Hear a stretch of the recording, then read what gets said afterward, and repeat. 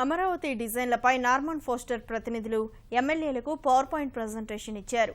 అమరావతి నిర్మాణంలో ఇప్పటి వరకు జరిగిన కీలక పరిణామాలను మౌలిక సదుపాయాల శాఖ ముఖ్య కార్యదర్శి అజయ్ జైన్ వివరించారు. అమరావతి ప్రాంతంలో ప్రస్తుతం నిర్మాణంలో ఉన్న సీడ్ యాక్సెస్ రోడ్డుతో పాటు మరో 7 రహదారులు నిర్మిస్తామన్నారు. తర్వాత డిజైన్ల గురించి foster plus partners associate architect Harsh Thapar presentation ఇచ్చారు. అసెంబ్లీ భవనం ముందు నీటి మడుగులో మ్యూజియం ఏర్పాటు ఆలోచన ఉందని ఆయన వివరించారు. లండన్లోని పబ్లిక్ పార్క్ తరహాలో భారీ ఉద్యానవనం నిర్మిస్తామని, అమరావతిలో ప్రతి భవనం చతురస్ర, దీర్ఘ చతురస్రాకారంలో ఉంటాయని తెలిపారు. ఉపరితల ఉష్ణోగ్రత తగ్గించేందుకు రోడ్ల మధ్యలో గ్రీన్ లైన్ ప్రతిపాదిస్తున్నామన్నారు. ప్రధాన రహదారిలో డ్రైవర్ రహిత వాహనాలకు ప్రతిపాదన ఉందని తెలిపారు. రాజధానిలో 9 నగరాలు, 27 టౌన్షిప్లు నిర్మించాలన్న ప్రణాళిక ఉందన్న ముఖ్యమంత్రి చంద్రబాబు డిజైన్లపై ప్రజాప్రతినిధులు తమ ఆలోచనలు పంచుకోవాలని పిలుపునిచ్చారు. ఈ కార్యక్రమానికి ప్రతిపక్ష నేత జగన్ను మంత్రి నారాయణ ఆహ్వానించినా హాజరు కాలేదు. 3 వైకాపా ఎమ్మెల్యేలు మాత్రం హాజరయ్యారు.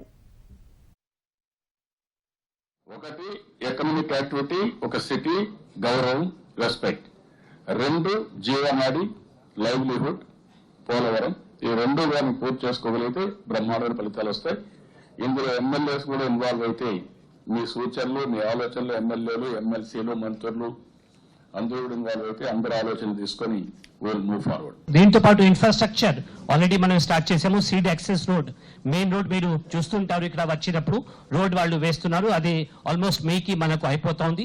దీంతో పాటు ఇంకా ఒక 7 రోడ్స్ మనం ఫైనలైజ్ చేసాము సుమారుగా 1000 కోట్లతో. అది గవర్నమెంట్ ముఖ్యమంత్రి గారు యుగాది రోజు దీనికి ఫౌండేషన్ స్టోన్ లే చేయడం జరుగుతుంది. వెంటనే పనులు కూడా స్టార్ట్ చేయడం జరుగుతుంది. అవి వరల్డ్ బ్యాంక్ ద్వారా ఫండింగ్ ఉంది.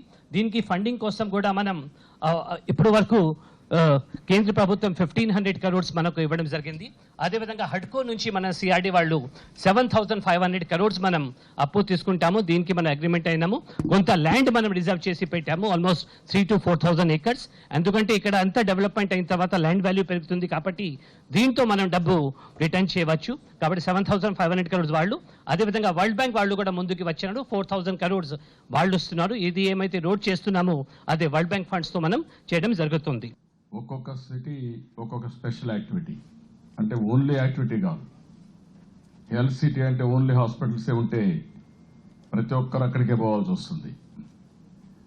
లేకపోతే ఇంకొక యాక్టివిటీ, ఎకనామిక్ యాక్టివిటీ కానీ ఇవన్నీ చూసినప్పుడు 9 సిటీస్లో 27 టౌన్షిప్లు వస్తాయి. ఈ టౌన్షిప్ కూడా సెల్ఫ్ వీలైనంత వరకు అక్కడికక్కడే షాపింగ్ కానీ, రెసిడెన్షియల్ కానీ, స్కూల్స్ కానీ, ఇంకా ఆ స్పెషల్ యాక్టివిటీ కానీ అవన్నీ తీసుకొస్తారు. ఏదైనా ఐడియాస్ ఇప్పుడు ఇచ్చిన మన వాళ్ళు ఇచ్చిన ఐడియాస్ అన్నీ కూడా ఇప్పుడిప్పుడు తయారు చేసినటువంటి ఫస్ట్ కట్ ఇది. ఇంకా దీనికి చాలా మార్పులు రావాలి. మీరు ఏదైనా మంచి ఆలోచన ఇస్తే దాన్ని కూడా తీసుకుంటాం, ఇంకొకరు ఇస్తే మళ్ళా తీసుకుంటాం. అల్టిమేట్గా బ్రాడ్ కాంట్యూర్ మాత్రం ఒక కాన్సెప్ట్ ప్లాన్ తయారు చేశారు. దీంట్లో ఇంకా ఇంప్రూవ్మెంట్ చేసి బిల్డింగ్స్ కూడా ఐకానిక్ బిల్డింగ్స్ రావాలి. మన కల్చర్, మన నాగరికత అవి కూడా దీంట్లో రావాలి. మోడర్న్ అవుట్లుక్ రావాలి. మన యొక్క నాగరికత వచ్చే విధంగా మొత్తం ఆలోచిస్తున్నాం.